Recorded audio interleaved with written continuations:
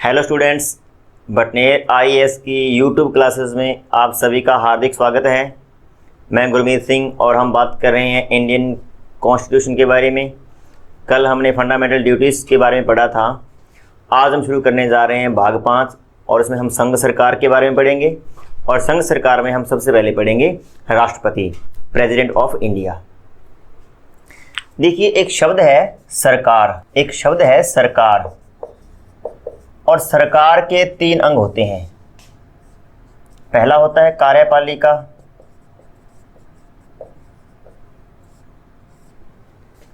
व्यवस्थापिका और न्यायपालिका।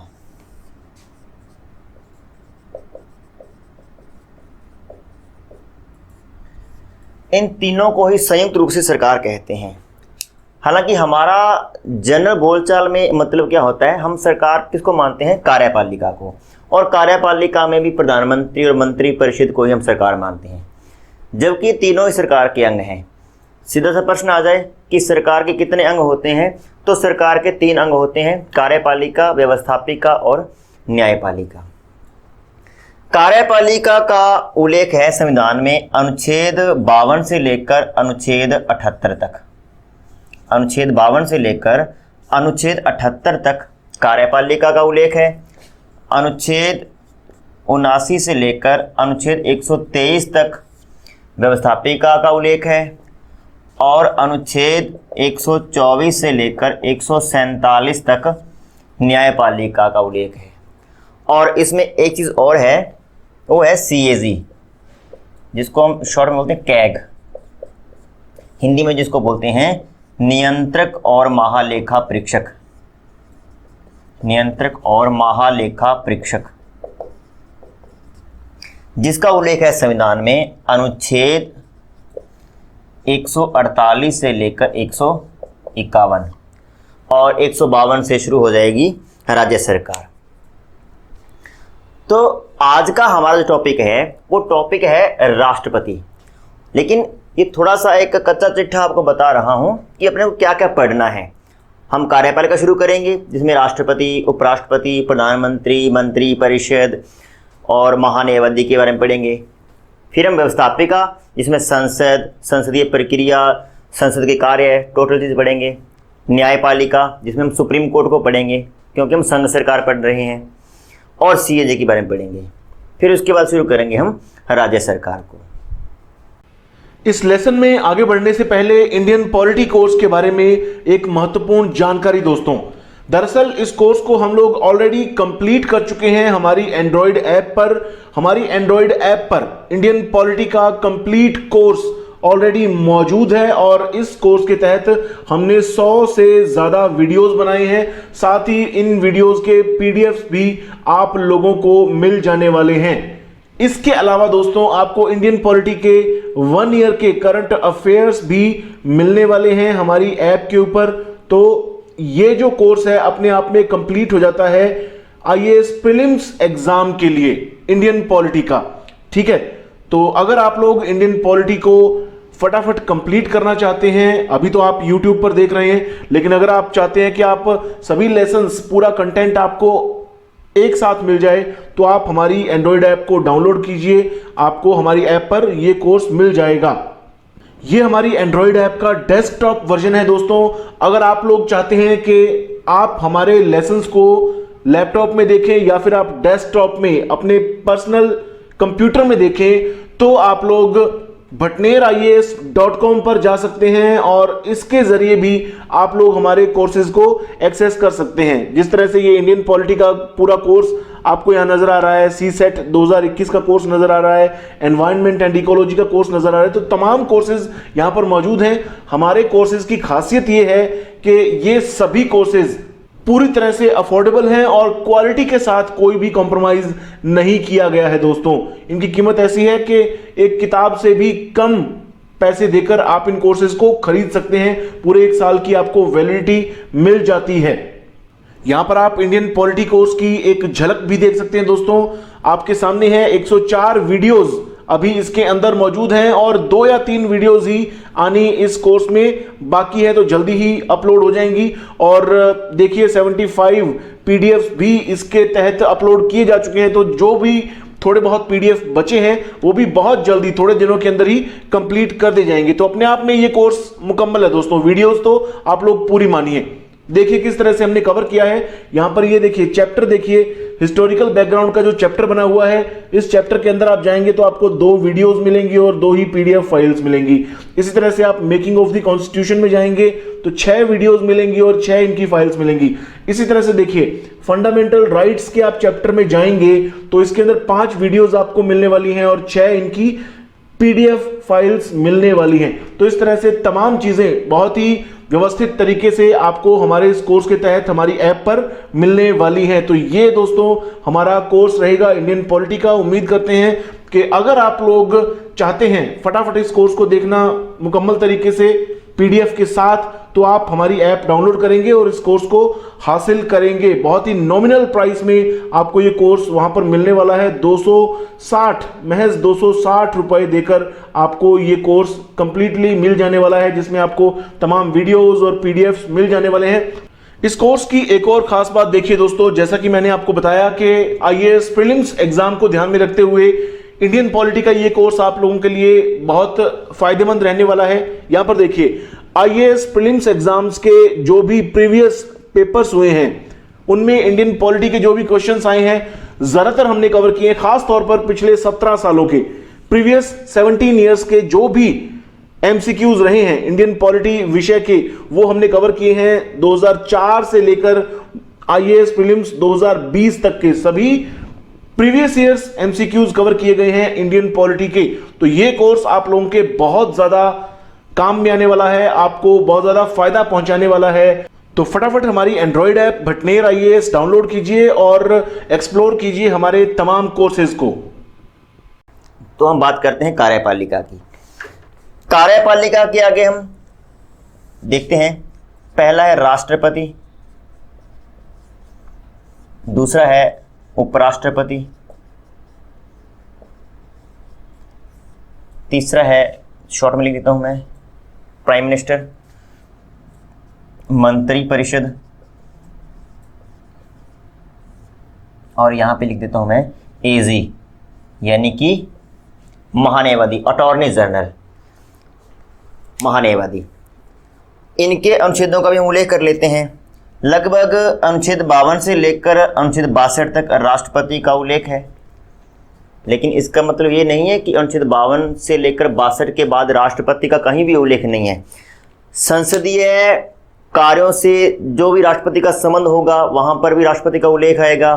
सीएजी से संबंधित जो भी राष्ट्रपति का संबंध होगा वहां पर भी उनका उल्लेख आएगा। महान्यायवादी, सुप्रीम कोर्ट, हाई कोर्ट, जिन से भी राष्ट्रपति का संबंध है उनसे संबंधित अनुच्छेदों की चर्चा हम उन्हीं के संदर्भ में करेंगे।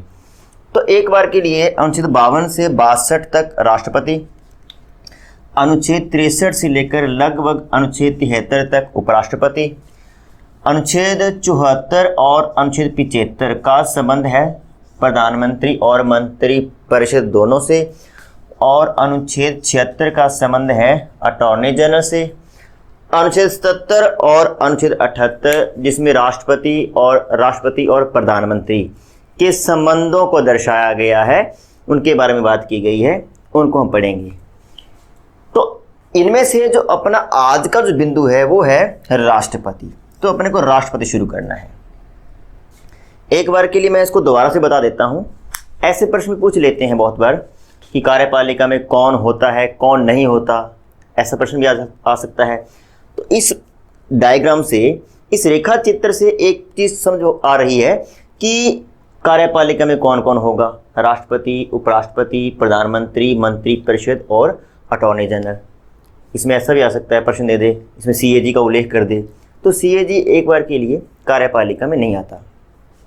दूसरा, उनसे संबंधित अनुच्छेदों का भी उल्लेख हो रखा है कि राष्ट्रपति का संबंध डायरेक्ट कौन कौन अनुच्छेदों से है, उपराष्ट्रपति कहाँ से शुरू होता है, प्रधानमंत्री और मंत्री परिषद से संबंधित कौन कौन से अनुच्छेद हैं, महान्यायवादी का उल्लेख कौन से अनुच्छेद में है। तो ये बात भी इससे क्लियर हो रही है। तो एक बार आप इस डायग्राम का स्क्रीनशॉट लेना चाहते हैं तो स्क्रीनशॉट ले लीजिए। फिर उसके बाद हम शुरू करेंगे राष्ट्रपति। अब हम शुरू करने जा रहे हैं राष्ट्रपति। और अभी हम बात कर चुके हैं कि राष्ट्रपति का जो उल्लेख है वो अनुच्छेद 52 से लेकर अनुच्छेद 62 तक है। हालांकि अनुच्छेद 77, अनुच्छेद 78, 123, 124 जो सर्वोच्च न्यायालय है उनसे संबंधित जो न्यायाधीशों की नियुक्ति है उनमें भी राष्ट्रपति का बार बार जिक्र आएगा। अनुच्छेद 361, अनुच्छेद 352, 356, 360 वो हम बाद में पढ़ेंगे ही। राष्ट्रपति की जो कार्य हैं, दायित्व हैं, शक्तियां हैं। राष्ट्रपति को हम शुरू करते हैं अनुच्छेद 52 से। तो हम पहला आर्टिकल लिखते हैं 52। अनुच्छेद 52 कहता है कि भारत का एक राष्ट्रपति होगा। भारत का एक राष्ट्रपति होगा।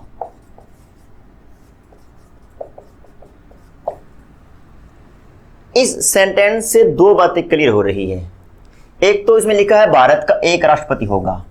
इसका मतलब जो कि हमारी कार्यपालिका है, जो हमारा राष्ट्रपति है वो एक ही व्यक्ति होगा। जैसे कि स्विट्जरलैंड में बहुल कार्यपालिका है, वहाँ पर 7 राष्ट्रपति होते हैं, वो बारी बारी से उनमें से एक हेड बनता है। भारत में ऐसा सिस्टम नहीं है। भारत का एक ही राष्ट्रपति होगा, 2, 3 या 5 या अधिक राष्ट्रपति नहीं होंगे। एक बार में एक ही व्यक्ति राष्ट्रपति होगा। पहला तो ये होता है। दूसरा, राष्ट्रपति पद का उल्लेख कौन से अनुच्छेद में है? देखिए, हम बात कर चुके हैं कि अनुच्छेद 52 से 62 तक, इन 52, 53, 54, 62 तक राष्ट्रपति का उल्लेख है। लेकिन इसमें एक बड़ा मजेदार प्रश्न बन सकता है। हम बात करते हैं। प्रश्न बन सकता है कि राष्ट्रपति पद का उल्लेख कौन से अनुच्छेद में है? ऑप्शन बनेंगे ABCD में, अनुच्छेद 52, अनुच्छेद 53, अनुच्छेद 54 और उपरोक्त सभी। एक तो ये प्रश्न है राष्ट्रपति पद का उल्लेख। एक प्रश्न बन सकता है राष्ट्रपति का उल्लेख। और देखिए, दो प्रश्न है अलग अलग। थोड़ा सा हमें प्रश्न की लैंग्वेज को समझना है। राष्ट्रपति पद का उल्लेख, राष्ट्रपति का उल्लेख, दो प्रश्न हैं और दोनों के उत्तर अलग अलग होंगे। पद का उल्लेख पूछे तो इसका एक ही मात्र उत्तर है अनुच्छेद 52। क्योंकि पद का उल्लेख, जब कभी भी आपको ऐसा सेंटेंस मिले कि एक अनुच्छेद लिखा हुआ है, उसके सामने एक पद लिखा हुआ है और उसमें होगा शब्द है, एक राष्ट्रपति होगा, उपराष्ट्रपति होगा, प्रत्येक राज्य का राज्यपाल होगा, प्रधानमंत्री होगा, सर्वोच्च न्यायालय होगा शब्द आ रहा है, पद का, संस्था का नाम लिखा हुआ है और उसके सामने अनुच्छेद लिखा हुआ है, तो ये मान के चलो कि उसी अनुच्छेद में उसी पद का उल्लेख है। अनुच्छेद 53 में राष्ट्रपति पद का उल्लेख नहीं है, राष्ट्रपति का उल्लेख है। राष्ट्रपति की कार्यपालिका शक्ति का उल्लेख है। 54 में निर्वाचक मंडल, 55 में निर्वाचन विधि। तो ये राष्ट्रपति से संबंधित उल्लेख है, पद का उल्लेख नहीं है। राष्ट्रपति होगा ये लिखा गया है अनुच्छेद 52 में, तो पद का उल्लेख है तो इसका उत्तर होगा अनुच्छेद 52। और अगर यही ऑप्शन रखें और प्रश्न लिखे राष्ट्रपति का उल्लेख, तो 52 में भी है, 53 में भी है, 54 में भी है, उपरोक्त सभी, तब हमें सभी करना ही पड़ेगा। तो थोड़ा सा बारीकी से देखना है। पद शब्द आए तो उसका एक ही मात्र उत्तर होगा अनुच्छेद 52। और अगर राष्ट्रपति का उल्लेख पूछे तो 52 में भी है, 53 में भी है, 54 में भी है, मतलब 62 तक सभी में है। राष्ट्रपति पद का उल्लेख करने के बाद हम अनुच्छेद 53, 54 इसको इसी सीक्वेंस से नहीं पढ़ेंगे, क्योंकि हम उस सीक्वेंस से पढ़ेंगे जिस सीक्वेंस से पद बनता है। हम यहाँ पे लिख लेते हैं, पहले पद का उल्लेख पढ़ लिया, फिर हम पढ़ेंगे कि राष्ट्रपति की योग्यताएं क्या होती है, फिर हम पढ़ेंगे कि राष्ट्रपति का निर्वाचक मंडल में कौन कौन होता है, फिर हम पढ़ेंगे कि राष्ट्रपति की निर्वाचन विधि कौन कौन सी होती, कैसी होती है, फिर हम पढ़ेंगे कि राष्ट्रपति के चुनाव से संबंधित शर्तें क्या होती है, राष्ट्रपति को शपथ कौन दिलाता है, राष्ट्रपति का कार्यकाल कितना होता है, राष्ट्रपति को हटाया कैसे जाता है और राष्ट्रपति अपना त्यागपत्र किसको सौंपता है। और उसके बाद हम पढ़ेंगे राष्ट्रपति के जो कार्य हैं, जो शक्तियां हैं, जो दायित्व हैं, उनके बारे में। तो हम जितने भी संस्थाओं को पढ़ेंगे, चाहे हम राष्ट्रपति पढ़ें, चाहे हम उपराष्ट्रपति पढ़ें, चाहे हम प्रधानमंत्री पढ़ें, हम राज्यपाल पढ़ें, हम सुप्रीम कोर्ट पढ़ें, हाई कोर्ट पढ़ें, इलेक्शन कमीशन पढ़ें, फाइनेंशियल कमीशन पढ़ें, हम किसी भी पद की, किसी भी संस्था की बात करें, उनको पढ़ने का जो तरीका है हमारा यही रहेगा। सबसे पहले हम पद की बात करेंगे, फिर उससे पद से संबंधित जो भी योग्यताएं हैं हम उनकी बात करेंगे। चुनाव कौन करता है, निर्वाचन होता है या नियुक्ति होती है, शपथ कौन दिलाता है, कार्यकाल कितना होता है, हटाया कैसे जाता है, त्यागपत्र किसको देता है, लोकसभा, राज्यसभा, विधानसभा, सभी को पढ़ने का जो हमारा क्रम है वो यही रहेगा। एक चीज़ तो ये अपने दिमाग में बिठा लो आप। अब हम पढ़ते हैं योग्यताएं। तो राष्ट्रपति के चुनाव से संबंधित क्या क्या योग्यताएं होती है ये हम देखते हैं। योग्यताएं जिनका उल्लेख है अनुच्छेद 58 में। अनुच्छेद 58 में राष्ट्रपति की योग्यताओं का उल्लेख है। क्या क्या योग्यताएं होती है, देखिए बड़ा ही इंपॉर्टेंट ये टॉपिक है योग्यताओं वाला। पहला कि वह भारत का नागरिक हो, भारत का नागरिक हो। अब देखने में ये बड़ा ही सिंपल सा एक सेंटेंस है कि भारत का नागरिक हो, और सभी को पता है कि भारत में कोई भी संवैधानिक पदाधिकारी बनना है तो भारत का नागरिक होना पड़ेगा। लेकिन इसमें कुछ चेंज हो सकता है, प्रश्न को घुमाया जा सकता है, कंफ्यूज किया जा सकता है। कंफ्यूजन की स्कोप है इस वाक्य में। प्रश्न को ऐसे घुमाया जा सकता है कि एक सेंटेंस लिख दिया जाए कि वह भारत का मूल नागरिक हो या वह मूल भारत का नागरिक हो। देखिए ऐसे लिख सकते हैं, भारत का मूल नागरिक हो, या लिख सकते हैं कि मूल भारत का नागरिक हो। बाकी 3 सेंटेंस लिख दिए और पूछ ले कि कौन सा कथन सत्य है, कौन सा असत्य है, तो हमें एक बार देखने में लगेगा कि हाँ ठीक है, भारत का मूल नागरिक हो, सही है, मूल भारत का नागरिक हो, सही है, जबकि सही नहीं है। संविधान कहता है कि वह भारत का नागरिक हो। वो मूल भारत का नागरिक है या नहीं है, इससे हमें कोई फर्क नहीं पड़ेगा। वह भारत का मूल नागरिक है या नहीं है। हमने नागरिकता के बारे में पढ़ा था और हमने पढ़ा था कि अगर कोई व्यक्ति 7 वर्षों से लगातार भारत में रह रहा है लगातार, और वो नामांकन करवाना चाहे, अपना रजिस्ट्रेशन करवाना चाहे तो करवा सकता है, उसको भारत का नागरिक माना जाएगा। और अगर वो भारत का नागरिक बन गया है, वो चाहे अमेरिका का है, चाहे फ्रांस का है, ब्रिटेन का है, चाहे वो कहीं का भी है, वो भारत का नागरिक माना जाएगा। क्योंकि वो भारत का नागरिक है इसलिए वो राष्ट्रपति का चुनाव लड़ सकता है। वो भारत का मूल नागरिक नहीं है, वो मूल भारत का नागरिक नहीं है, फिर भी वो राष्ट्रपति का चुनाव लड़ सकता है। तो यहाँ पे मूल शब्द आते ही ये कथन गलत हो जाएगा। मूल भारत का नागरिक हो या न हो, इससे हमें कोई फर्क नहीं पड़ता। वह भारत का नागरिक है, सिर्फ भारत का नागरिक ही होना चाहिए, पहली बात। दूसरा, जो आयु है उसकी वो 35 वर्ष से अधिक होनी चाहिए, या यूं कहें कि वो 35 वर्ष की आयु पूर्ण कर चुका हो। इसमें ऐसा भी आ सकता है सेंटेंस, आपको 3 सेंटेंस को सही लिख दे और चौथा लिख दे कि उसकी अधिकतम आयु 35 वर्ष हो। हमने 35 देखा, हम सोचेंगे ये वाक्य तो सही है। हम ये नहीं देखेंगे कि उसने अधिकतम लिखा है या न्यूनतम लिखा है, तो इसको भी देखना पड़ेगा। न्यूनतम आयु 35 वर्ष यानी कम से कम 35 का हो। अधिकतम आयु का उल्लेख राष्ट्रपति के संदर्भ में नहीं किया गया है। वो 50 साल का हो, 60 का हो, 70 का हो, 100 का हो, वो कितनी भी आयु का हो, वो राष्ट्रपति का चुनाव लड़ सकता है, और अगर जीतता है तो राष्ट्रपति बन सकता है। अधिकतम आयु का उल्लेख राष्ट्रपति के संदर्भ में नहीं किया गया है, लेकिन कम से कम वो कितना हो, 35 वर्ष। तो न्यूनतम आयु 35 वर्ष होनी चाहिए। तीसरा है इसमें कि लोकसभा का सदस्य बनने की योग्यता रखता हो। लोकसभा के सदस्य बनने की योग्यता रखता हो। अब इसमें भी कन्फ्यूजन के स्कोप है। यहाँ पे एग्जामिनर लिख दे संसद, कि संसद का सदस्य बनने की योग्यता रखता हो।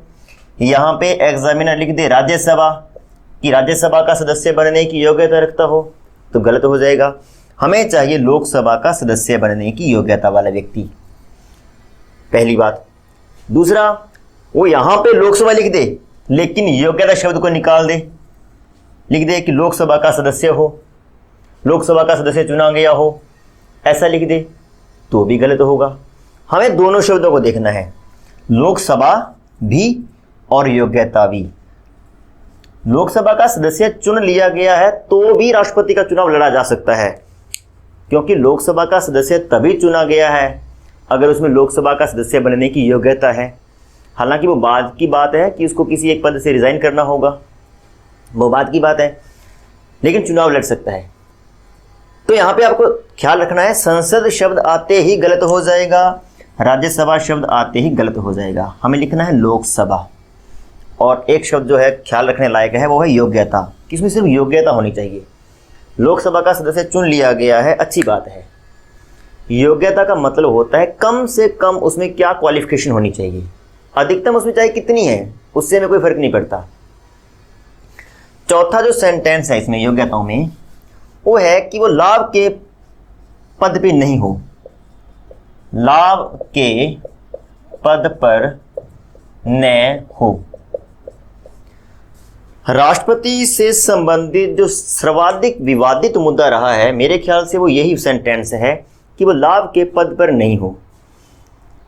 किस पद को हम लाभ का पद माने और क्यों माने, और किस पद को हम लाभ का पद नहीं माने, ये बड़ा कंफ्यूजन रहा है। तो लाभ के पद पर नहीं होना चाहिए, इसका मतलब है कि वो किसी भी सरकारी सर्विस में नहीं होना चाहिए। अगर वो किसी सरकारी सर्विस में है या फिर लिमिटेड कंपनी में उसने शेयर खरीद रखे हैं तो उसको लाभ का पद माना जाएगा, और ऐसी स्थिति में वो व्यक्ति राष्ट्रपति का उम्मीदवार खड़ा नहीं हो सकता। अनुच्छेद 58 ये भी कहता है कि president, vice president, prime minister और सभी मंत्री, चाहे वो केंद्र के हैं चाहे वो राज्य के हैं, वो लाभ के पद के दायरे में नहीं आते। राष्ट्रपति, उपराष्ट्रपति, सॉरी इसमें एक रह गया, राज्यपाल, राष्ट्रपति, उपराष्ट्रपति, राज्यपाल और सभी मंत्री, चाहे वो केंद्र के मंत्री हैं चाहे वो राज्य के मंत्री हैं, प्रधानमंत्री, मुख्यमंत्री, वित्त मंत्री, रक्षा मंत्री, सभी जिसके साथ भी मंत्री शब्द लगता है वो लाभ का पद नहीं माना जाएगा, ऐसा अनुच्छेद 58 में साफ साफ उल्लेखित है। अब आपसे ये प्रश्न भी पूछा जा सकता है कि अनुच्छेद 58 के तहत कौन से पद लाभ के पद के दायरे में नहीं आते। वहाँ पे आपको ग्रुप बना दे, राष्ट्रपति, उपराष्ट्रपति, सांसद, राष्ट्रपति, उपराष्ट्रपति, राज्यपाल, सर्वोच्च न्यायालय, ऐसे करके। तो आपको याद रखना है राष्ट्रपति का पद, उपराष्ट्रपति का पद, राज्यपाल का पद और सभी मंत्री, चाहे वो केंद्र का है चाहे वो राज्य का है, चाहे वो कैबिनेट मंत्री है चाहे वो राज्य मंत्री है, उपमंत्री है, प्रधानमंत्री है, मुख्यमंत्री है, कोई भी एनीथिंग, वे व्यक्ति लाभ के पद के दायरे में नहीं आते। वे पद सेवा के पद हैं, बाकी सभी पद लाभ के पद हैं। तो लाभ के पद पर नहीं होना चाहिए। अमूमन गाइड्स में आपको मिलेगा योग्यताओं में कि वह दिवालिया ना हो, वह पागल ना हो, विकृत चित्त का ना हो, तो ऐसा कुछ उल्लेखित नहीं है। भाई हम भारत का राष्ट्रपति चुनने जा रहे हैं, भारत का प्रथम नागरिक चुनने जा रहे हैं, तो कम से कम इतना तो हमें भी पता है कि वो पागल नहीं होना चाहिए, दिवालिया नहीं होना चाहिए। लेकिन इसको कहीं पर भी साफ शब्दों में लिखा नहीं गया है। जब हम लोकसभा सदस्य बनने की योग्यताओं की बात करेंगे तो उसमें अपने आप ये चीज़ कवर हो जाएगी कि वह दिवालिया ना हो, वह पागल ना हो, वह विकृत चित्त का न हो। लेकिन शब्दशः इस चीज़ का उल्लेख योग्यताओं के संदर्भ में नहीं किया गया है। तो 4 योग्यताएं हैं राष्ट्रपति के संदर्भ में। अगला है निर्वाचक मंडल, यानी कि राष्ट्रपति के चुनाव में कौन कौन भाग लेता है, कौन कौन भाग नहीं लेता, इसके बारे में हम बात करेंगे। इलेक्टोरल कॉलेज,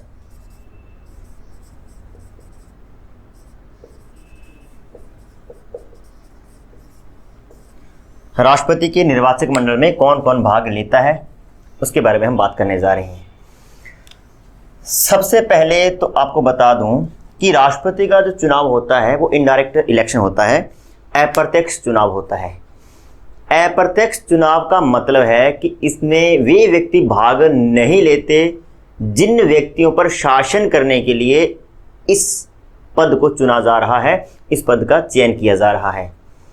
यानी कि इसका मतलब है कि भारत का राष्ट्रपति भारत की जनता का राष्ट्रपति है, तो इसमें जनता डायरेक्ट मतदान नहीं करती, जनता द्वारा चुने गए कुछ खास प्रतिनिधि राष्ट्रपति का चुनाव करते हैं। तो इसका मतलब है कि यह जो चुनाव है वो इनडायरेक्ट चुनाव है, प्रत्यक्ष चुनाव नहीं है। प्रत्यक्ष चुनाव वो होता है जिसमें जनता डायरेक्ट जाकर अपने प्रतिनिधि का चुनाव करती है, लेकिन इसमें जनता द्वारा चुने गए प्रतिनिधि और जनता द्वारा चुने गए कौन से प्रतिनिधि राष्ट्रपति के मतदान में भाग लेते हैं, उसी को हम बोलते हैं इलेक्टोरल कॉलेज, और उसके बारे में हम देखते हैं। पहला है संसद। संसद का मतलब यहाँ पर है लोकसभा प्लस राज्यसभा दोनों के निर्वाचित सांसद। निर्वाचित सांसद यानी कि जो संसद है, हमारी जो पार्लियामेंट है, जिसके दो सदन हैं, लोकसभा और राज्यसभा। राज्यसभा के और लोकसभा के जितने भी निर्वाचित सांसद हैं वे राष्ट्रपति के चुनाव में भाग लेते हैं। मैंने यहाँ पे निर्वाचित शब्द को अंडरलाइन भी किया है और बोलते वक्त थोड़ा सा इस पर दबाव भी डाला है। इसका मतलब है कि केवल और केवल निर्वाचित सांसद ही राष्ट्रपति के चुनाव में भाग लेते हैं। इसका आशय कि मनोनीत सदस्य राष्ट्रपति के चुनाव में भाग नहीं लेते। आपको इस चीज़ का आइडिया होगा कि राज्यसभा में 12 सदस्यों को राष्ट्रपति द्वारा मनोनीत किया जाता है और लोकसभा में अब तक 2 एंग्लो इंडियन का मनोनयन राष्ट्रपति जी द्वारा किया जाता था। हालांकि अभी जो एंग्लो इंडियन का जो आरक्षण है उसको समाप्त कर दिया गया है, उसके बारे में भी कभी हम वीडियो लेके आएंगे, चर्चा करेंगे। 102, 103, 104वें संविधान संशोधनों के बारे में हम बात करेंगे। तो लोकसभा और राज्यसभा के सभी निर्वाचित सांसद, अगर ऐसा लिख दिया जाए कि संसद के सभी सदस्य राष्ट्रपति के चुनाव में भाग लेते हैं तो ये कथन गलत हो जाएगा। दूसरा, 28 राज्यों की विधानसभाओं के सभी निर्वाचित सदस्य, अब यहाँ पर भी देखिए निर्वाचित है और एक शब्द यहाँ पर है विधानसभा। हम इन दोनों को पहले देख लेते हैं क्या मतलब है। वर्तमान में हमारे 28 राज्य हैं। कुछ समय पहले तक राज्यों की संख्या 29 थी।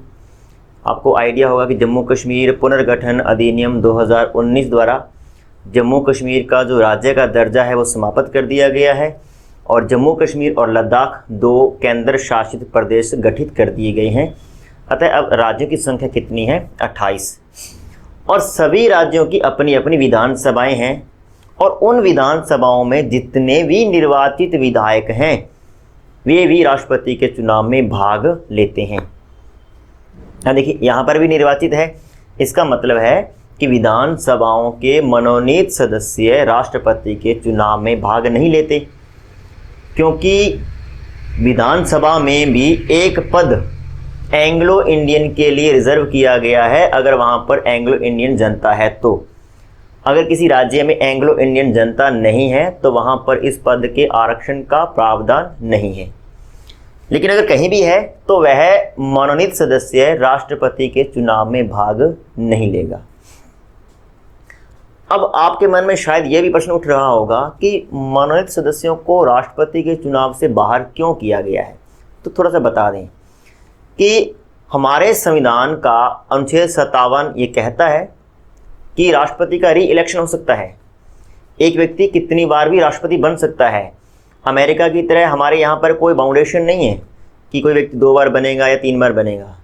भारत में कोई व्यक्ति कितनी बार भी राष्ट्रपति बन सकता है, 5 बार, 10 बार, 20 बार, कितनी बार भी, अगर वो लगातार जीतता रहता है तो। अब मान लीजिए हमारे जो वर्तमान राष्ट्रपति हैं उन्होंने राज्यसभा में 12 सदस्यों को मनोनीत किया है, और मान लीजिए वही राष्ट्रपति अगले राष्ट्रपति चुनाव में उम्मीदवार खड़े हो जाएं, तो कुछ सीमा तक ये संभावना है कि वे जो 12 सदस्य मनोनीत किए गए हैं वे उसी राष्ट्रपति के पक्ष में मतदान करेंगे। अब दूसरे जो उम्मीदवार हैं उनको ये नुकसान हो रहा है, तो हितों का टकराव होने की वजह से वे जो पद हैं उनको राष्ट्रपति के चुनाव से बाहर कर दिया गया है। 28 राज्यों की विधानसभाओं के सभी निर्वाचित सदस्य। अब यहाँ पे मैंने लिखा है विधानसभा। अगर मान लीजिए कि यहाँ पर मैं विधानमंडल शब्द लिख दूँ कि 28 राज्यों के विधानमंडलों के सभी निर्वाचित विधायक, तो ये कथन गलत हो जाएगा। अब क्यों हो जाएगा वो देखते हैं। क्योंकि विधानमंडल के 2 सदन होते हैं, एक होता है विधानसभा, एक होता है विधान परिषद। विधानसभा और विधान परिषद, आपको इस चीज़ का भी आइडिया होगा कि सभी राज्यों में विधानमंडल द्विसदनीय नहीं है। कुछ राज्यों का विधानमंडल द्विसदनीय है, विधानसभा प्लस विधान परिषद दोनों हैं, लेकिन अधिकांश जो राज्य हैं उनका विधानमंडल एक सदनीय है, उसमें सिर्फ विधानसभा है। जैसे आपको बता दो कौन कौन से जो राज्य हैं जिनमें विधान परिषद है। यूपी है, बिहार, महाराष्ट्र, कर्नाटक, आंध्र प्रदेश और तेलंगाना। ये 6 राज्य हैं जिनमें विधान परिषद है। पहले जम्मू कश्मीर राज्य था तो जम्मू कश्मीर में भी विधान परिषद थी, लेकिन जैसे मैंने आपको बताया जम्मू कश्मीर पुनर्गठन अधिनियम 2019 के द्वारा विधान परिषद को वहाँ पर समाप्त कर दिया गया है और जम्मू कश्मीर को यूटी बना दिया गया है विद लेजिस्लेचर, यानी विधानसभा सहित केंद्र शासित प्रदेश। तो अब वर्तमान में 6 ऐसे राज्य हैं जिनमें विधान परिषद है। अब विधान परिषद को सीधे सीधे राष्ट्रपति के चुनावों से बाहर रखा गया है। क्यों रखा गया है? तो इस प्रश्न का उत्तर भी वही रहेगा, हितों का टकराव। अब मान लीजिए कि एक राज्य है, मान लीजिए राजस्थान राज्य है, तो राजस्थान राज्य से अगर हम विधानमंडल की बात करें तो वहां पर एक ही सदन है, विधानसभा। और अगर मान लीजिए हम यूपी की बात करें तो वहां पे 2 सदन है, विधानसभा प्लस विधान परिषद। अगर विधान परिषद भाग लेती है तो यूपी से 2 सदन भाग लेंगे, विधानसभा विधान परिषद। राजस्थान से एक ही सदन भाग लेगा, विधानसभा। तो यहाँ पे हितों का टकराव है। तो ऐसी स्थिति में इसके 2 समाधान हो सकते हैं। या तो ऐसे किया जाए कि सभी राज्यों में विधान परिषद का गठन कर दिया जाए, सभी राज्यों का विधानमंडल द्विसदनीय कर दिया जाए, तो सभी इक्वल हो जाएंगे। लेकिन ऐसा तो करना संभव नहीं है, ये काफ़ी लंबी प्रोसेसिंग है, काफ़ी लंबी प्रक्रिया है और काफ़ी महंगी प्रक्रिया भी है। या फिर हम क्या करें, सभी राज्यों का विधान परिषद भंग कर दें, समाप्त कर दें। हम ऐसा भी नहीं कर सकते क्योंकि उन राज्यों की इच्छा पर ही विधान परिषद का गठन किया गया है और संघात्मक ढांचा ये कहता है कि हम ऐसा नहीं कर सकते। तो फिर क्या किया जाए? तो क्या किया गया, विधान परिषद को राष्ट्रपति के चुनाव से बाहर कर दिया गया। विधान परिषद राष्ट्रपति के चुनाव में भाग नहीं लेती है, अतः मैं यहाँ पर विधानमंडल शब्द न लिख के डायरेक्ट विधानसभा शब्द ही लिखूंगा, क्योंकि एक ही सदन राष्ट्रपति के चुनाव में भाग लेता है।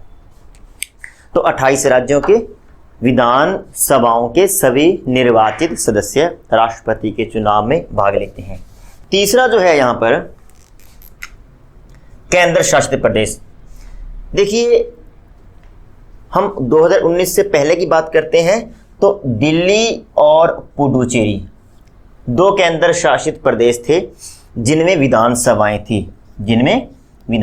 थी, और दिल्ली और पुडुचेरी विधानसभा के सभी निर्वाचित विधायक राष्ट्रपति के चुनाव में भाग लेते थे। आपको बता दूं कि ये सब कुछ जो किया गया है ये 70वें संविधान संशोधन द्वारा किया गया। 70वें संविधान संशोधन द्वारा दिल्ली और पुडुचेरी विधानसभा को राष्ट्रपति के निर्वाचक मंडल में शामिल किया गया। पहली बात तो ये। दूसरा, वर्तमान में जो केंद्र शासित प्रदेश हैं उनकी संख्या है 3। एक और केंद्र शासित प्रदेश है जम्मू कश्मीर। तो जम्मू कश्मीर विधानसभा के भी सभी निर्वाचित विधायक राष्ट्रपति के चुनाव में भाग लेते हैं। तो 3 चीज़ें हो गई। सभी निर्वाचित सांसद, 28 राज्यों के सभी निर्वाचित विधायक और 3 केंद्र शासित प्रदेशों के सभी निर्वाचित विधायक राष्ट्रपति के चुनाव में भाग लेते हैं। तो अब इसका दूसरा प्रश्न ये हो सकता है, इसका दूसरा पक्ष ये हो सकता है कि कौन कौन भाग नहीं लेता। तो आप सबको आइडिया हो ही गया होगा। मनोनीत सांसद भाग नहीं लेते, मनोनीत विधायक भाग नहीं लेते और विधान परिषदों के सदस्य राष्ट्रपति के चुनाव में भाग नहीं लेते। तो ये है राष्ट्रपति का निर्वाचक मंडल। संसद में जो टोटल जो सदस्य संख्या है वो है 545 प्लस 245 यानी कि 790, जिसमें से निर्वाचित कितने हैं 243 प्लस 233 यानी कि 543 प्लस 233 यानी कि 776 मेंबर ऑफ पार्लियामेंट भाग लेते हैं। अगर आपसे डायरेक्ट पूछ लिया जाए कि संसद से कितने प्रतिनिधि राष्ट्रपति के चुनाव में भाग लेते हैं यानी कि राष्ट्रपति के मतदान में मतदान करते हैं, तो वो अधिकतम संख्या कितनी होगी 776। अगर कोई मतदान नहीं करना चाहता वो अलग बात है, लेकिन अधिकतम 776 सांसद हो सकते हैं। राज्यों की विधानसभाओं से प्लस केंद्र शासित प्रदेशों की विधानसभाओं से जो निर्वाचित विधायकों की संख्या है वो है 4120 MLA, member of legislative assembly. 4120 विधायक निर्वाचित भाग लेते हैं, यानी टोटल ये संख्या हो जाएगी 776 प्लस 4120 बराबर है 4896। 4896 सदस्यों का इलेक्टोरल कॉलेज है जो कि राष्ट्रपति का चुनाव करता है।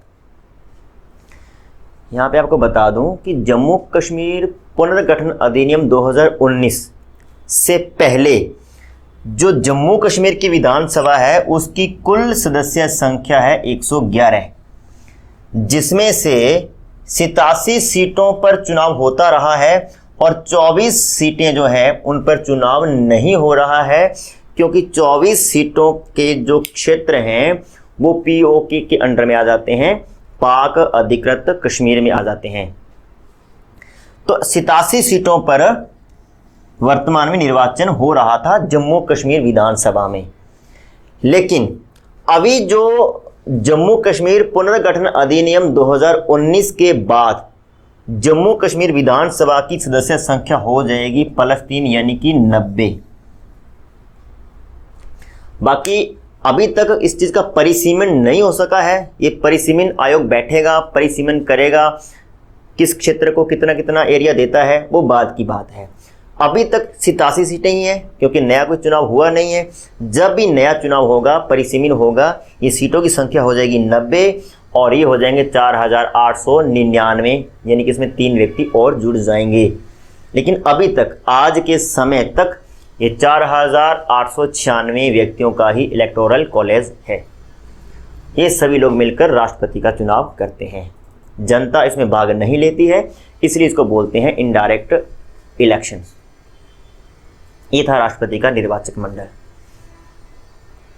कल हम पढ़ेंगे राष्ट्रपति की निर्वाचन विधि, राष्ट्रपति का चयन कैसे होता है, शर्तें क्या होती है, उस संदर्भ में पढ़ेंगे।